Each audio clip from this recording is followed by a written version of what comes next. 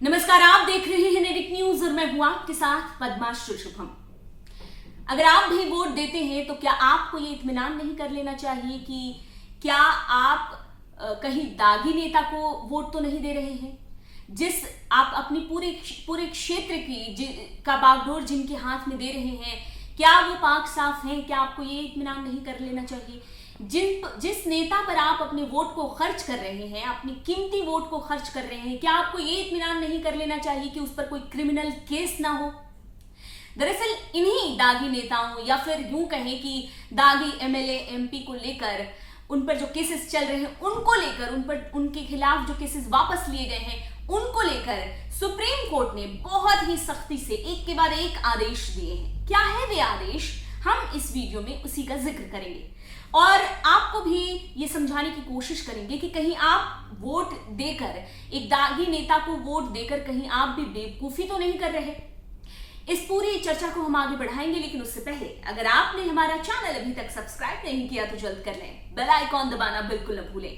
Video पसंद आए तो लाइक करें, कमेंट करें और शेयर करें। अगर आप हमें फेसबुक पेज पर देख रहे हैं तो हमारा पेज सबसे पहले लाइक करें। सुप्रीम कोर्ट ने हाल ही में आदेश दिया कि जितने भी एमएलए एमपी के खिलाफ पेंडिंग केसेस हैं उनको बिना हाई कोर्ट के आदेश के उनको वापस नहीं लिया जाएगा। अगर उसको वापस लेना है तो आपको एससी से इजाजत लेनी पड़ेगी, इसका ये मतलब हुआ। दूसरी तरफ कोर्ट ने साथ के साथ ये भी कहा कि जितने भी केसेस की सुनवाई अभी फिलहाल में हो रही है उन केसेस की सुनवाई रोकी नहीं जाएगी, उनको जल्द निपटाया जाए।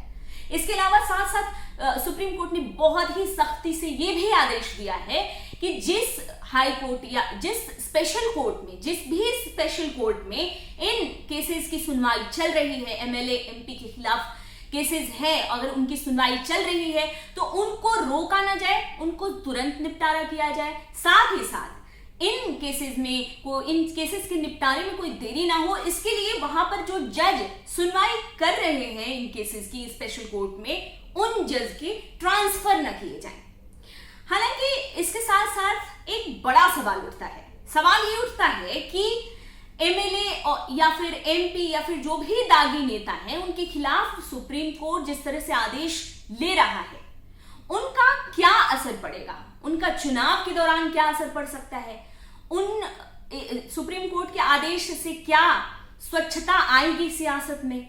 साथ ही साथ एक सवाल ये भी उठता है, कि जो ये आदेश वापस लिए जाते हैं उनका बेस क्या होता है, किस धारा के तहत इसको वापस लिया जाता है, ये भी हम जानेंगे।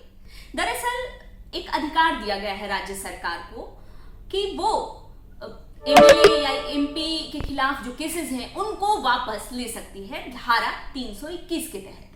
अब 2016 में सुप्रीम कोर्ट में एक याचिका दाखिल की गई थी बीजेपी नेता अश्विनी उपाध्याय के द्वारा, जिसमें उन्होंने अपील की थी, इस याचिका के द्वारा अपील की गई थी कि जितने भी क्रिमिनल केसेस हैं एमएलए एमपी या दागी नेताओं के खिलाफ उनको फास्ट ट्रैक कोर्ट में चलाया जाए, उनका जल्दी निपटारा किया जाए। इसके साथ साथ इस याचिका में एक और बात उठाई गई थी कि जो धारा 321 है, जो धारा 321 के तहत जो अधिकार दिए गए हैं उनका गलत इस्तेमाल हो रहा है।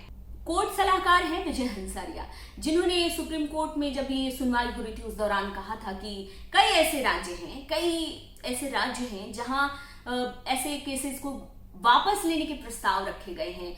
आप उत्तर प्रदेश की बात करेंगे तो मुजफ्फरनगर दंगे में जितने भी केसेस हैं उनको वापस लेने का प्रस्ताव रखा गया है यूपी सरकार की तरफ से। इसके अलावा महाराष्ट्र में जितने भी केसेस हैं दिसंबर 2019 के पहले के, उनको वापस लेने की बात की गई है। इसके अलावा कर्नाटक में 61 ऐसे ही केस हैं जिनको वापस लेने का प्रोसेस को आगे बढ़ाया जाने की बात कर रही है। तो कई ऐसे राज्य हैं जो अभी भी कोशिश में हैं कि इस तरह के जो केसेस हैं उनको वापस लिया जाए। ऐसे में जो सलाहकार हैं विजय हंसारिया, वो इस पर टिप्पणी करने की सुप्रीम कोर्ट से कहते हैं कि सुप्रीम कोर्ट कुछ इस तरह के निर्देश दे, कुछ इन सारे प्रस्तावों के खिलाफ कुछ निर्देश दे।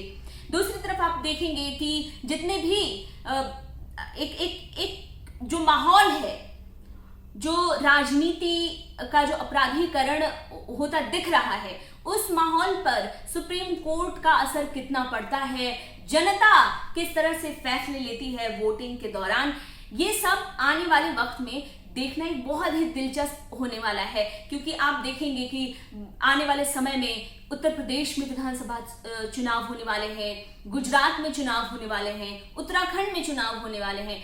तो ये सारे राज्यों में चुनाव होने वाले हैं और जब टिकट देने की बारी आती है तो आप देखेंगे कि एक के बाद एक दागी नेता सामने आ जाते हैं, एक के बाद एक दागी नेता सामने आ जाते हैं जो इलेक्शन में खड़े हो जाते हैं। तो इन आदेशों का, सुप्रीम कोर्ट के इन आदेशों का क्या असर होने वाला है और इस सख्ती का क्या परिणाम निकलता है, ये बहुत ही इंपॉर्टेंट होने वाला है आने वाले वक्त के लिए।